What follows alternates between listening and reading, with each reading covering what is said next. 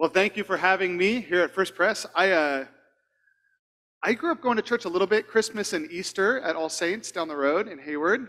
My parents both grew up Catholic and would take me out of some sort of guilt twice a year, though they did not follow Jesus till later in life. And so I didn't really have a context of church as a community, a family, at any level in my life until I came to First Press. Actually, I was in high school and I was a Boy Scout, an Eagle Scout. If any of you are Eagle Scouts, there we go.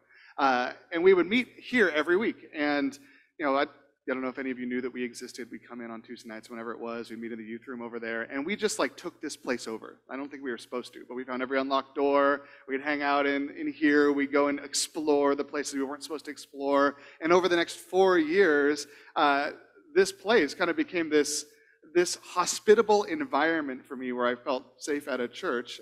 Not that I was unsafe before, but really safe and welcomed at a church, even though the people didn't even know who I was. And so this kind of became the foundational experience, just even this facility for me, that when I was invited to go to church for the church part of church by some friends in high school later in life, or later in my high school career, I feel like I came into that place with a different perspective of church because of just the time that I spent here. So thank you for your hospitality. Thank you for providing a space for the community. It's fun to be here in a different context than being a kid running around and breaking into rooms. Now I feel like I'm here on invitation. So thank you for having me. I love that Lauren talked about parables, because parables are stories. Jesus positions parables as these stories where he locks truth inside the box of this story that only those with hearts and minds and eyes to see it can see it. We're going to talk about a similar topic today as we continue in this journey through John chapter 1, because I'm convinced as I read John chapter 1 that even though it's the farthest thing from a parable, it's not a story, it's theologically dense, symbolic literature, I think the Apostle John is doing the same thing in John 1 as Jesus does in parables. I think that he is hiding deep, meaningful, powerful, transformative truth inside almost the locked box of language so that those who truly seek can find it. And so I was thinking as I was studying this text, this is one of those texts of Scripture that as we read it, and we'll read it in a moment, anytime I approach John 1, I feel like, okay, there's something significant here, but I don't quite know what it is, right? There's something significant here. He's using these big terms that's hidden beneath the surface. And I was reminded of a conversation I had with a friend a few weeks ago who was in town on business. He's in industrial refrigeration.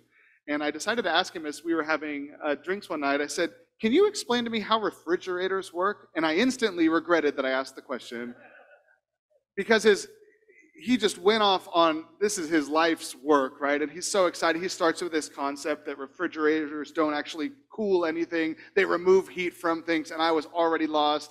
And then he started talking about evaporators and condensers and chillers and heat pumps and gasket seals and all of these things. And my mind is spinning. And as he's talking, I'm thinking, okay, this is actually very interesting, but I can't get past kind of the gate of this conversation because some of these concepts and terms I don't fully understand. And so I just kept asking because it was kind of fun, and kept asking and finally realized, okay, all the things I was equipped to learn in high school are coming to fruition now, right?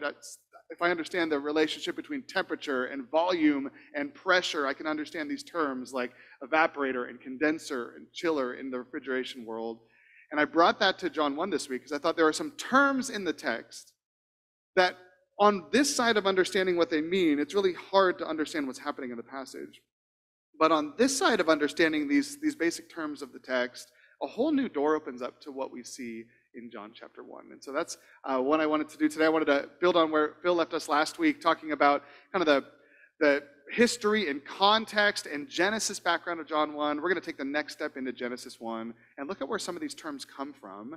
And my thought is that as we walk for these next 20, 25 minutes or so, I'm assuming you might be as bored or confused as I was talking to my friend explain refrigeration. But my hope would be by the end of our time, you'll be equipped with at least 3 terms that as you go back to the text in your own time this week, you might be able to uncover some new truths for yourself within it. So let me read for us John 1, 1 through 18.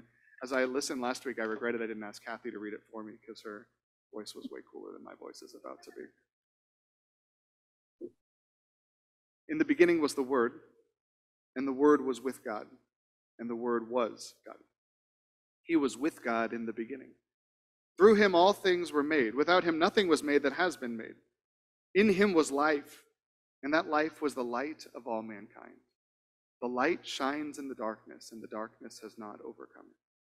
There was a man sent from God whose name was John. He came as a witness to testify concerning that light, so that through him all might believe. He himself was not the light. He came only as a witness to the light. The true light that gives light to everyone was coming into the world. He was in the world, and though the world was made through him, the world did not recognize him. He came to that which was his own, but his own did not receive him. Yet to all who did receive him, those who believed in his name, he gave the right to become children of God. Children born not of natural descent, nor of human decision, or a husband's will, but born of God. The Word became flesh and made his dwelling among us. We have seen his glory, the glory of the one and only Son, who came from the Father, full of grace and truth.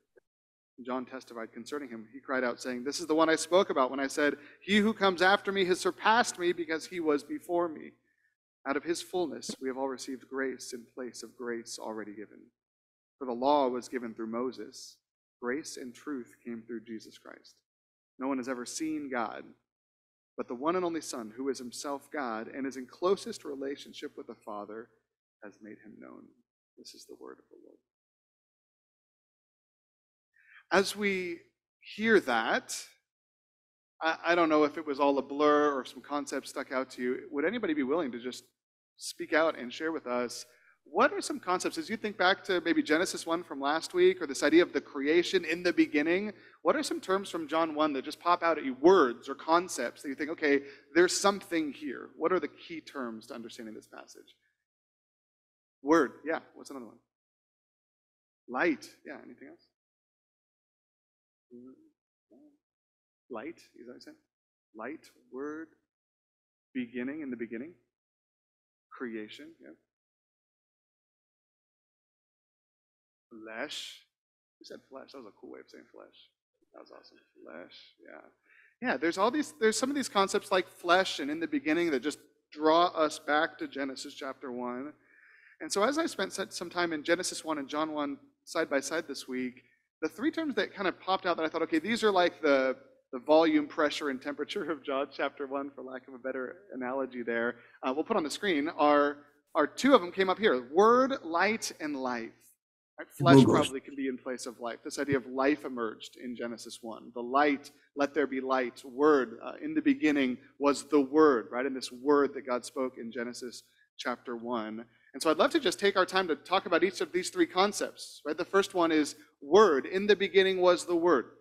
John, by using the word word, he places Jesus, the incarnate Son of God, in Genesis 1. He says he was there at the scene of creation. He places him there. In the beginning was the Word was with God, and the Word was God. Right? By using the word word, he also kind of takes Jesus and demonstrates him as a vital member of our triune God. The Father, Son, and Spirit together were there in the beginning. That's how he closes that section. The Word was with God in the beginning. The Word. This idea of the Word of God in the beginning. Bill talked last week about the relationship between word and worship and word and preaching and how the Word demonstrates and shows Jesus. I think looking at it from this other angle, we see the opposite is also true, that by seeing Jesus as the Word with God in the beginning, we see he had a critical role in the creation. We see as Genesis 1 starts that God is there standing before his creation almost like this formless ball of clay. The Spirit is hovering over the surface of the waters, this chaotic, unformed earth. And then we see in John 1 that Jesus is there too, and he is there as the Word. When God spoke and the lights turned on, God spoke and everything moved into existence. God spoke and a generative power came from his mouth. And so I think if you want to take notes, you can. But the thing that I wrote down this week about the Word is that seeing Jesus as the Word means that John 1 paints Jesus as the generative power of creation. The generative power of creation. When you look at Genesis 1, it's almost as if the Godhead was in a static state of being, just was there, was above all things, holding things together, but was there until the Word. And when the Word came, life was able to be formed. It's this generation, this generative power. The Word we see in Genesis chapter 1, when God opens his mouth and speaks, what's the first word that God says? I went to UC Berkeley. It's the motto of UC Berkeley. Luke's, let there be light. Let there be light, and there was light. The Word was light. That was the Word, right? So, we can get at a metaphysical level of how Jesus relates to light and all those types of things. But really, I think what John is drawing to is that if Jesus is the Word of creation, he is also the light of creation, right? And he starts to talk about this word light a lot in John chapter 1, the light of creation. I gave that image of God in this kind of potter's shed coming to approach this unformed ball of clay that is the world. And it seems that the first thing God needs to do is he turns on the lights, in a sense, in this shed. It seems like that's what the image looks like, is that God turns on the lights and gets to work. Let there be light becomes the declaration that starts the generation of a habitable environment where human beings can flourish together on this planet. Jesus is the generative power, but he's also the light. As I studied the light in Genesis 1, I noticed something I hadn't seen before, that let there be light is not merely the first word of creation, but let there be light actually seems to be the first word of every stage of creation. And if you break creation, the 6 days of creation, into 2 stages, the first 3 days are days of forming. God is forming every habitable environment for humans and animals and birds to flourish within. Right? And the beginning of that is let there be light. The light's turned on. And then God separates the waters above from the waters below. Then he separates the dry land from the oceans. He forms a habitable environment. It starts with let there be light. And then day 4, God moves from forming to filling.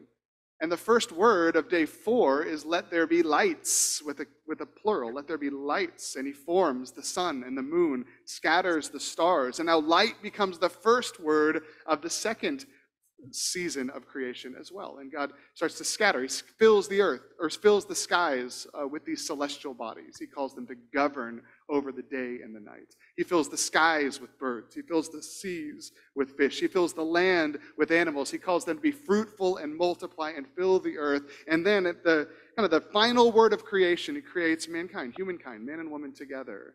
And he tells them to do what these other bodies have done. We want you to govern over this place. We want you to be fruitful and multiply and fill the earth, rule over it.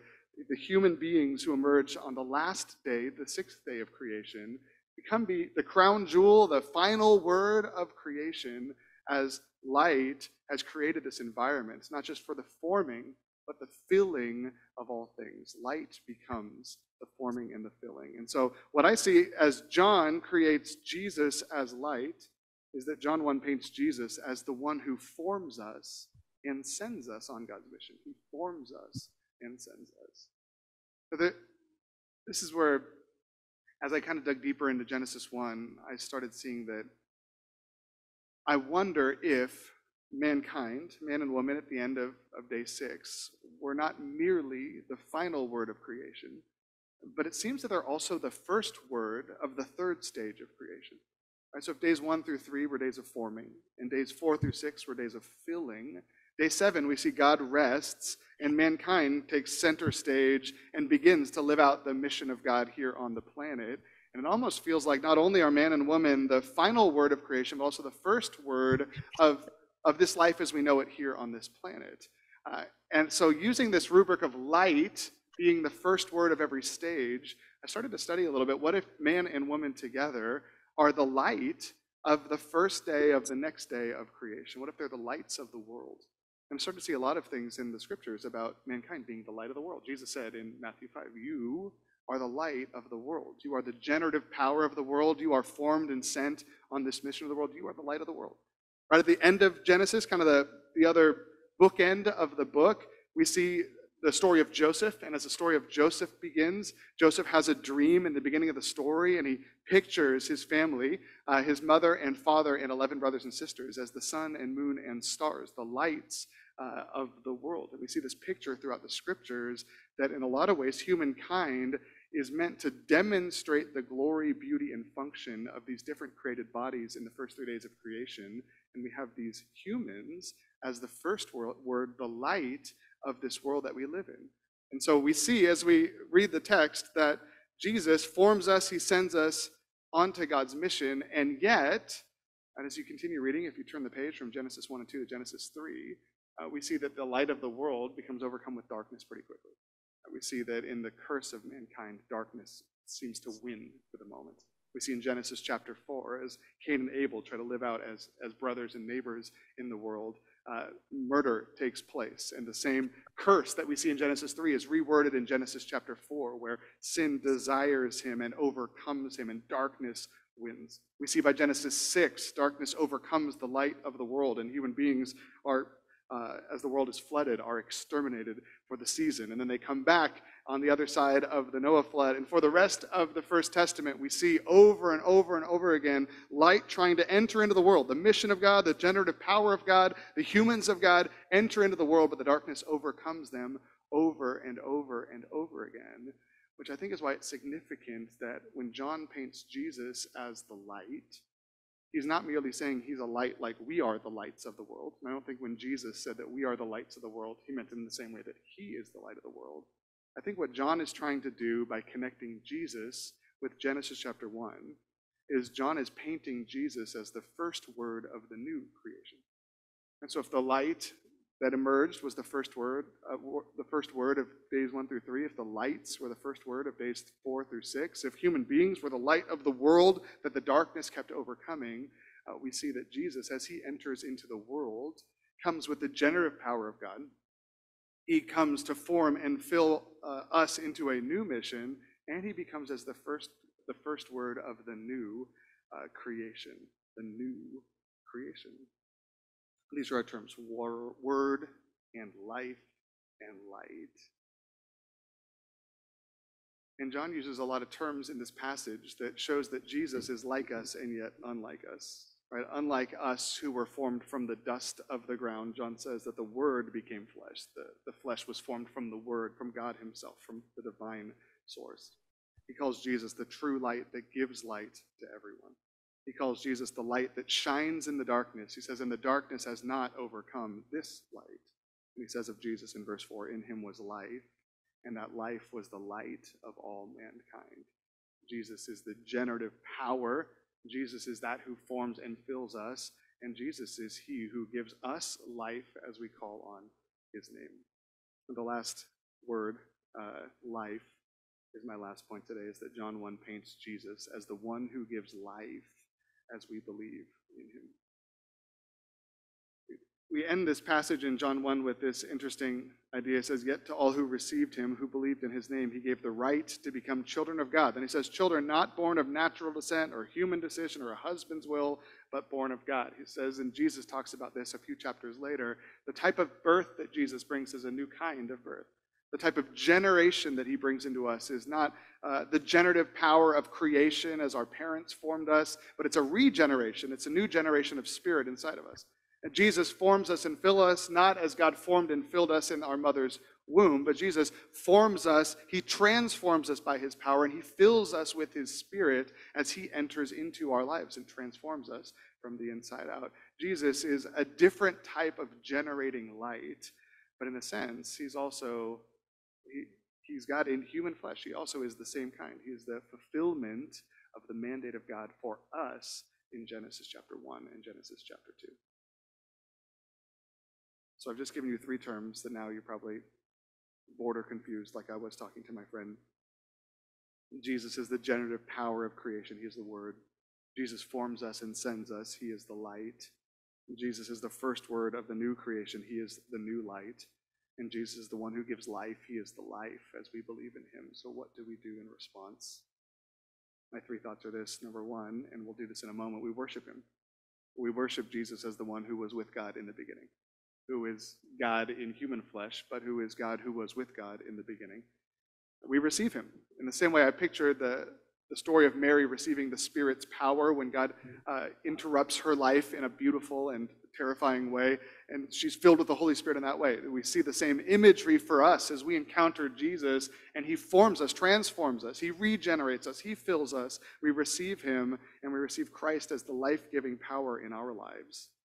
And finally, we believe in his name. That's what it says in this text. We believe in his name as the one who gives us right to become children of God.